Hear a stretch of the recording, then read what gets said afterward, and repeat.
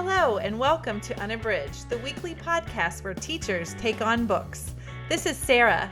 Join us for bookish episodes and a monthly book club pick. This is Ashley. Find us on Instagram, Facebook, and Twitter at unabridgedpod or go to our website, unabridgedpod.com, where the books we read are linked for purchase. This is Jen. Check out our Teachers Pay Teachers store, our Patreon page, and our newsletter. Please rate, review, and subscribe on Apple Podcasts to support us. You want opinions about books? We've got them. Hi, and welcome to Unabridged, teaching tidbit number 7. This is hands-on activities and books with Ashley. I have 3 particular books I wanted to recommend that I have loved and used a lot for hands-on activities with kids. So I thought about this topic this time of year because if you do have students in your building, then we all know that this is a time that's really hectic and that kids are very enthusiastic. And I don't know about you, but I've noticed with my own children that this year they are especially enthusiastic. I think that given the way the year has been, that there have not been a whole lot of things for kids to be excited about. And so because of that, I think that they are more enthusiastic than normal about the holiday season and the upcoming break and all those kinds of things.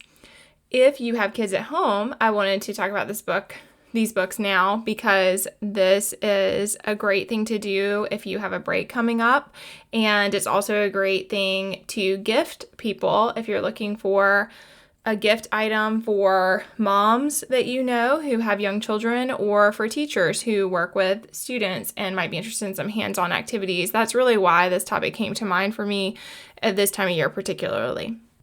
So I wanted to say first about hands-on activities that I find that really intimidating. I know that it's a lot of fun for kids to get to do things hands-on, and I certainly have seen the benefits of that kind of activity. But I find when I'm planning lessons and that kind of thing that in general, that's an area that is difficult to try out. It's hard to think through how to get the materials together, what kind of product you want to have students produce. And there's lots of great help online. However, I sometimes get really overwhelmed by that. If you Google a slime recipe, for example, because you'd like to do that with students, you are going to find a huge range of information out there, and each recipe is going to look really different. I did this recently with bath bombs at home and just went for the internet and felt kind of overwhelmed I got the basics of what needed to be in the bath bomb in order to get it to fizz in the tub. But then there was such wide variety online about what other items to include and how to mold them and how long to leave them in the molds and all that kind of stuff. And so I found that hard to do. So that's why I recommend books for this kind of thing, because I find that just like having a great cookbook, it's really comforting with hands-on activities to have a trusted source where you can flip through the book, you know that you like the activities inside of it, and then you're not overwhelmed with tons and tons of different recommendations as far as how to do the hands-on activity that you have in mind.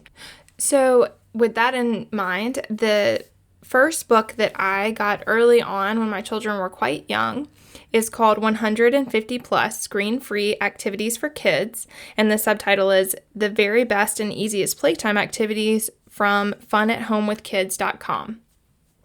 This book is written by Asia Citro, and she has lots of pictures in the book of her own children doing these activities, and she has a lot of experience doing them with different kids. And one of the things I love about the book is that it is organized by different types of activities, and so that's really helpful as far as thinking about what activity you might like to do with students and then browsing through the different options that are related to dough, for example, if you're wanting to do a dough activity in class.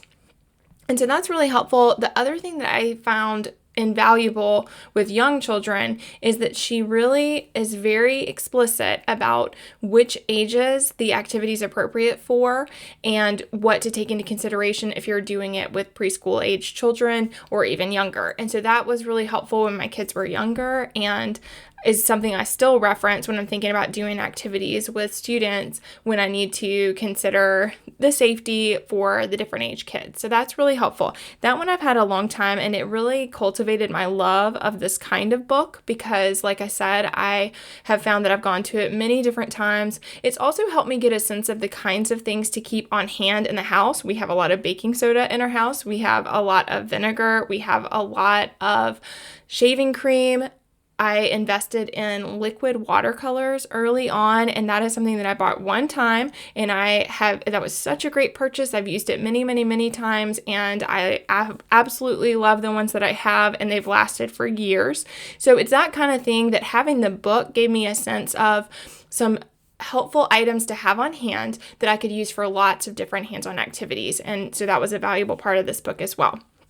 So I've had that one a long time, and then since then I have added 2 additional books that I really have loved to what I have at home to use with my kids. And again, I don't think I said in this particular episode, but my children now are 4 and 6. So the second book I wanted to recommend is by Kimberly McLeod, and she has other books as well. But the one that I have is called Fun and Easy Crafting with Recycled Materials. And the subtitle of this one is 60 Cool Projects That Reimagine Paper Rolls, Egg Cartons, Jars, and More. And this has been a great activity book for my daughters who both love to craft and who love reusing things that we have laying around the house. And so again, like with Citro's book, it is organized by type. So if you look at the paper roll activity section, for example, you can find all the different activities that utilize paper rolls that you, of course, can easily accumulate within your home and save and use. And so that's been really helpful. And similar to what I was saying about the other book as far as items to just have on hand, I found that it's helped me think about which craft supplies are most useful to keep. And so I've learned to keep things like my paper towel rolls, which I didn't always collect before, or egg cartons. I'm more careful now to make sure I get the kind of egg carton that is most useful for crafts, and I find that we use those frequently. And so it's that kind of thing that has been really helpful, and again, having the book has helped me to see that. But my kids have done quite a few of the activities in this book, and I always think it's funny to compare. They look so gorgeous in the book, and a lot of times our products are not exactly book photo quality, but what I love about it is that my girls have a lot of fun doing it, and they love the products they've created, and they're really proud of them, and they don't get discouraged by what the product looks like because they have so much fun with the experience. So I love that one as well. And the last one that I've accumulated most recently that I wanted to share is also by Asia Citro, and this one's called The Curious Kid Science Book, 100 plus creative hands-on activities for ages 4 to 8.